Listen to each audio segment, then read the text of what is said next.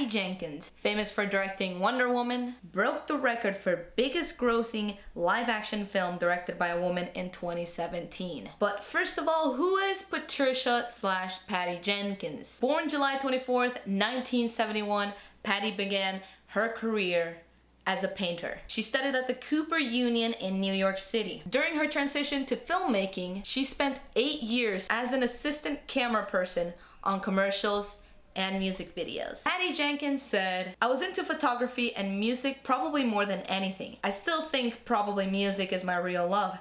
I think that it's listening to music that made me want to be a filmmaker. When I was in film school, the second I sat down at a Steenbeck with film that I had just shot and put in music to it, that was it.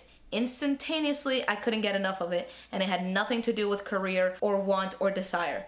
I like to sit there and do that 24 hours a day." Attending the AFI, American Film Institute, in LA, she wrote and directed Monster, released in December of 2003. Fun fact, Patty Jenkins has 2 sisters. One older one who is a professor of film studies in the Indiana University, and a younger sister who is following a similar path as Patty, who also assisted her in directing Monster. Robert Ebert, a professional movie reviewer, named her film #1 film of 2004 and #3 best film of the decade. AFI also named it one of the top 10 films of the year. Soon after, Patty Jenkins also gained more nominations and awards, as she led on to directing Wonder Woman, which, by the way, it was her dream. She accomplished it so well, she earned many awards after that as well. There will be a couple of points that we have to hit on the review of Wonder Woman being directed by Patty Jenkins. Number 1 is Patty Jenkins' goal towards the film. Number 2 being Patty Jenkins' style and tricks with filmmaking. And last but not least, actually point out her accomplishments and whatnot. Matt Jensen, the cinematographer for the film Wonder Woman, said in a review, "Patty wanted a colorful movie.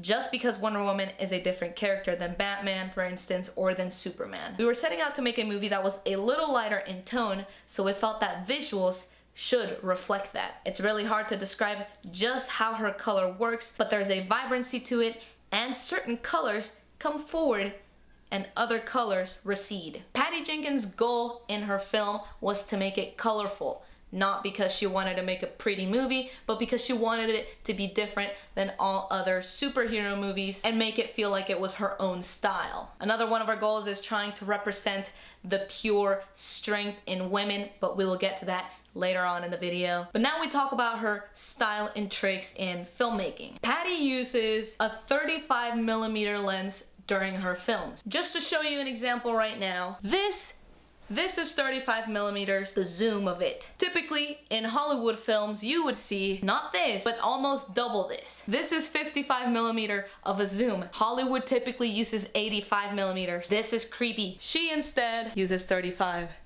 and I'm currently using 24. So what exactly does this mean? Well, she just likes to be different. The different zooms and lenses can cause different effects on how a film looks. Although this also depends on the aperture. More of a zoom typically makes the background more blurry. Less of a zoom makes everything look kind of like at the same sharpness, everyone is in focus. But this can also cause different angles even though it's just zoomed out. There's examples of this all over the internet where you could see the difference between the two. But there's more to talk about Patty Jenkins. It's not just her lens that she uses different, but also how she films. There are digital cameras and there are film cameras. Now there's advantages to both of them, but typically, or rather way back when Hollywood was only beginning, film was what it was being used. But of course, with the advancements in technology, recently more people have been going towards the digital side. But Patty Jenkins likes to stay classic, and she stayed with the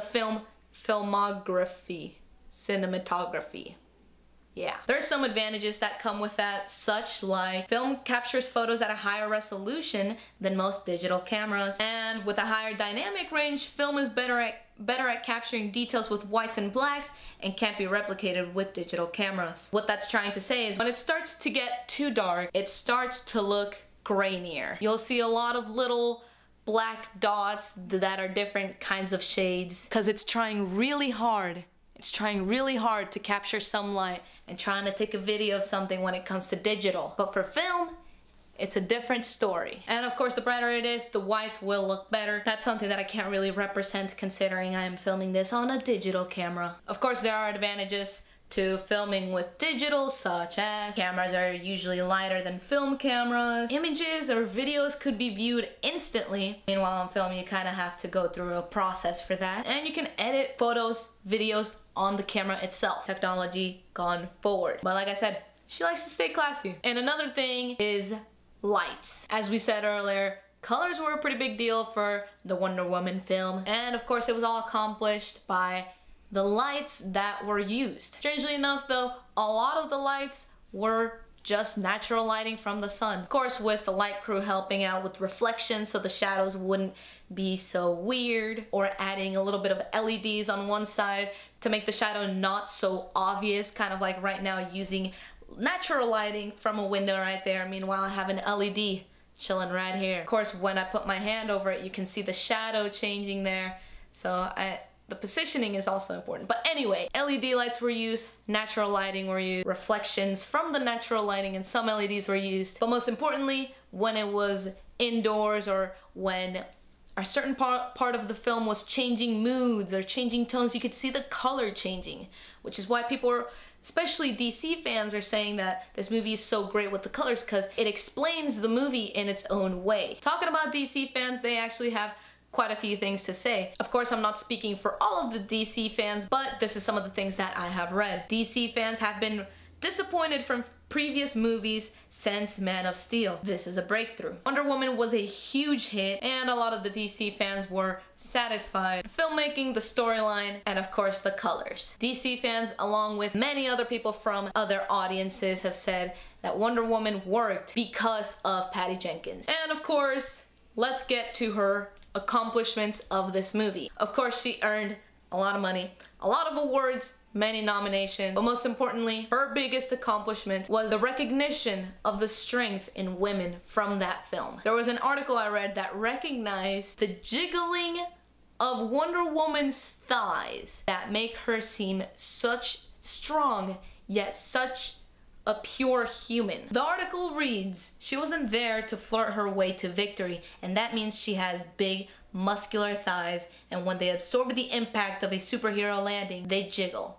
And that's wonderful. Along with that, other people have noticed that there weren't male gazes, in simpler words, checking out of Wonder Woman during the film. And while those are all small little details of such a large movie, the inclusion of all those things is resonating with women around the world. And that concludes her accomplishments, even though there are a lot more, just not extremely relevant to the video. And that concludes this video as well. Hope you all learned something, and let's cross our fingers and hope that Wonder Woman 2 is just as good.